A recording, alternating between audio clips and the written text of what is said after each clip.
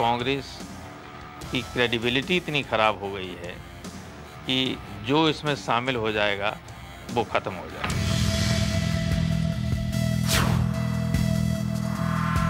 जैसे समाजवादी पार्टी ने पहले भी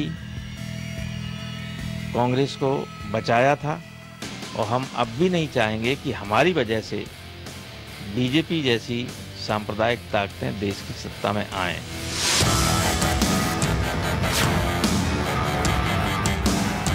कि जो हमको विशेष राज्य का दर्जा देगा उसी की सरकार बनाने में हम सहायता करेंगे।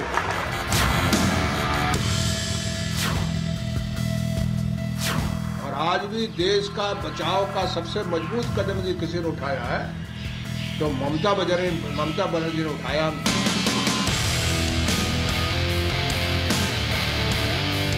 I don't know why you guys are hung up on that one word, rollback. These decisions were taken after the most careful consideration.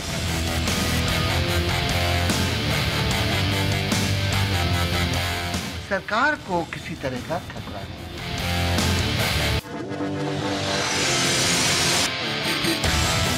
I cannot compromise the issue which is related to the common people. I don't think I have any existence if I don't consider the people's views. I have no existence if I cheat the people. আরেকটা কথা হচ্ছে আমরা বন্ধ করছি না, আমি জোর করে কোনো বন্ধ করতে দেব না, সুতরাং এসব নাটক দেখিয়ে কোনো লাভ নেই।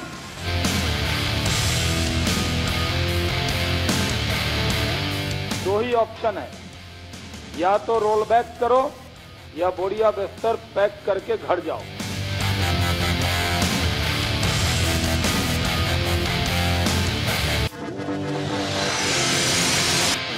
চমকাবেন না, ধমকাবেন না, আর আলু আর আলু বকরাকে এক করতে যাবেন না যে এই সমস্ত সিদ্ধান্ত আমরা মানি না, মানব না, তাতে যা হয় হবে।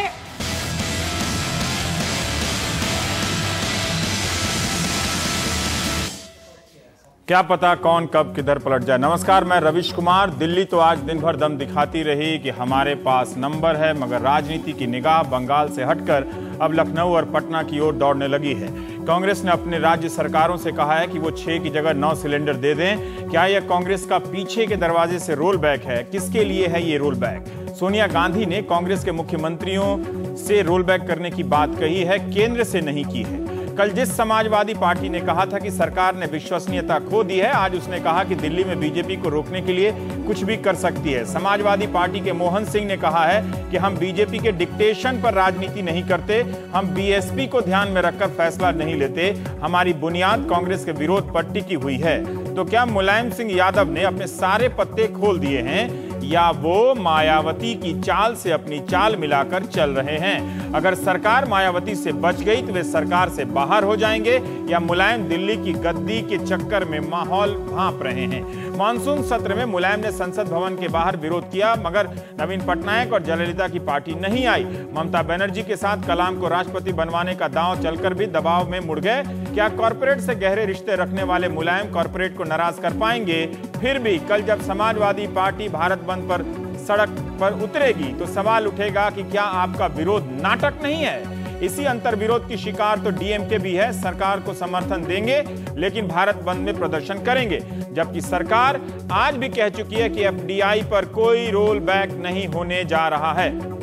अब बात करते हैं बहुजन समाज पार्टी की। क्या मायावती भी मुलायम को देकर फैसला करेंगी? ये दोनों दल पहले आप के इंतजार में हैं और इसके चक्कर में लखनऊ प्लेटफॉर्म से यूपीए की गाड़ी दिल्ली आराम से निकल रही है। केंद्र सरकार को बचाने में मुलायम की तरह मायावती का रिकॉर्ड भी अच्छा रहा है। जब तक मायावती और मुलायम समर्थन वापस नहीं ले लेते, उनके विरोध की आजादी से सरकार को कोई खतरा नहीं है। लेकिन बिहार के मुख्यमंत्री नीतीश कुमार ने जो कहा वो क्या है? नीतीश कुमार ने आज कांग्रेस और लालू के करीब आने की संभावनाओं पर चोट कर दिया।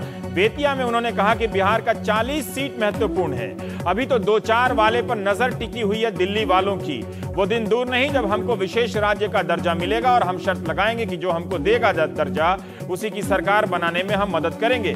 क्या दिल्ली से नीतीश कोई डीलिंग कर रहे हैं? तो क्या नीतीश भी अपना कोई हिसाब लगा रहे हैं? एनडीए के कन्वेनर शरद यादव ममता बनर्जी को सुभाष बाबू की बेटी बताने में लगे हैं। सुभाष बाबू मतलब नेताजी सुभाष चंद्र बोस। शरद यादव ने ममता को सलाम भेजा है। बीजेपी और शरद दोनों मुलायम और करुणानिधि से उम्मीद लगाए बैठे हैं कि ये भी बाहर आ जाएं, लेकिन अभी तक एनडीए को कोई कामयाबी नहीं मिली है। सवाल एनडीए के डीएनए का भी है। यहां भी हाल यूपीए जैसा है। शिवसेना ने एफडीआई का विरोध किया है, मगर गणेश चतुर्थी का बहाना करते हुए भारत बंद में शामिल होने से इनकार कर दिया है। वहां उसकी प्रतियोगी पार्टी मन से एफडीआई का समर्थन कर रही है।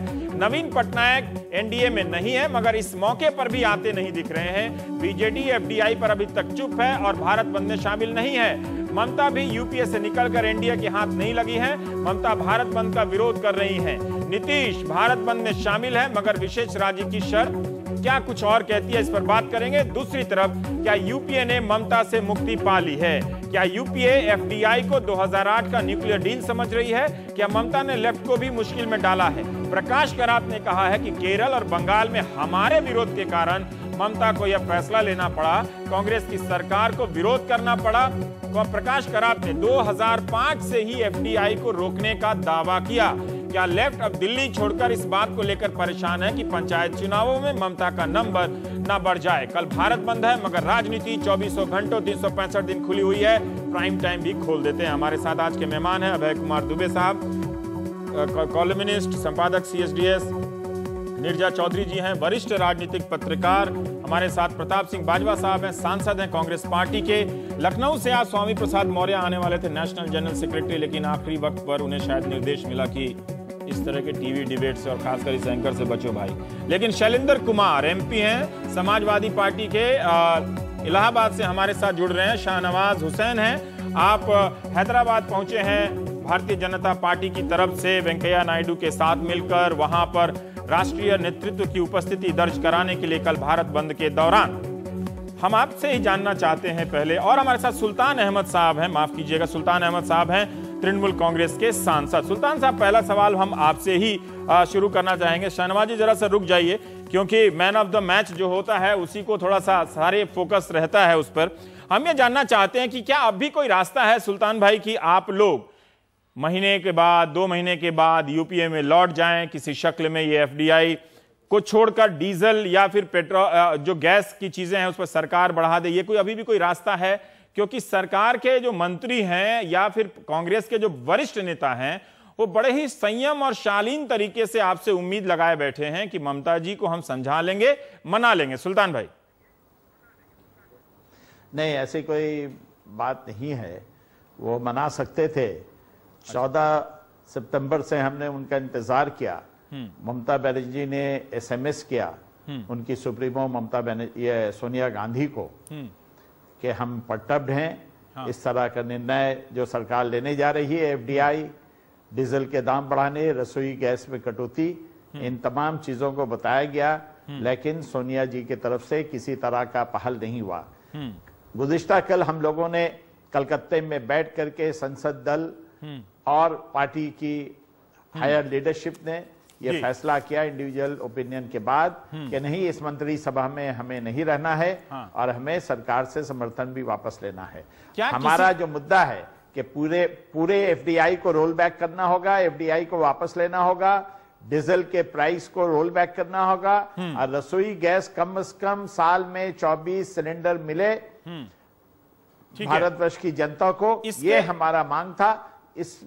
इसमें किसी तरह का समझौता करने के लिए हम लोग तैयार नहीं हैं। और आप जो कह रहे हैं कि महीना 2 महीना और कांग्रेस की रणनीति है हमें समझाने की, अगर ये 3 काम वो कर लेते हैं तब फिर हमारी पार्टी बैठेगी, बैठ करके फैसला करेगी। ठीक है, मतलब अभी भी कुछ आज के दिन इस वक्त, क्योंकि कई लोग सवाल आज के दिन इस वक्त तक, हाँ, क्या सवाल आप अलग है। कई लोग ये जानना चाहते हैं कि आपने ये तो कहा कि शुक्रवार को जुम्मे की नमाज के बाद आपके मंत्री, आप लोग प्रधानमंत्री को इस्तीफा दे देंगे, लेकिन यूपीए से बाहर आने के समर्थन की कोई चिट्ठी वापस लेने की सूचना आप राष्ट्रपति को देंगे या प्रेस कॉन्फ्रेंस को यह आधिकारिक मान लिया?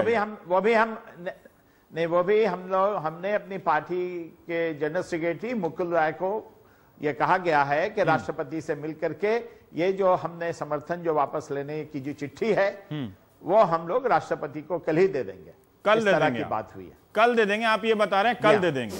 इस्तीफा देने के बाद, इस्तीफा देने के बाद आप समर्थन वापसी की चिट्ठी भी दे देंगे। India's #1 news app just got even better.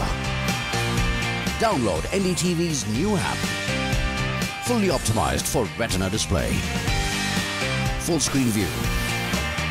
Faster response time. And Sudoku. NDTV's new iPad app. Download now.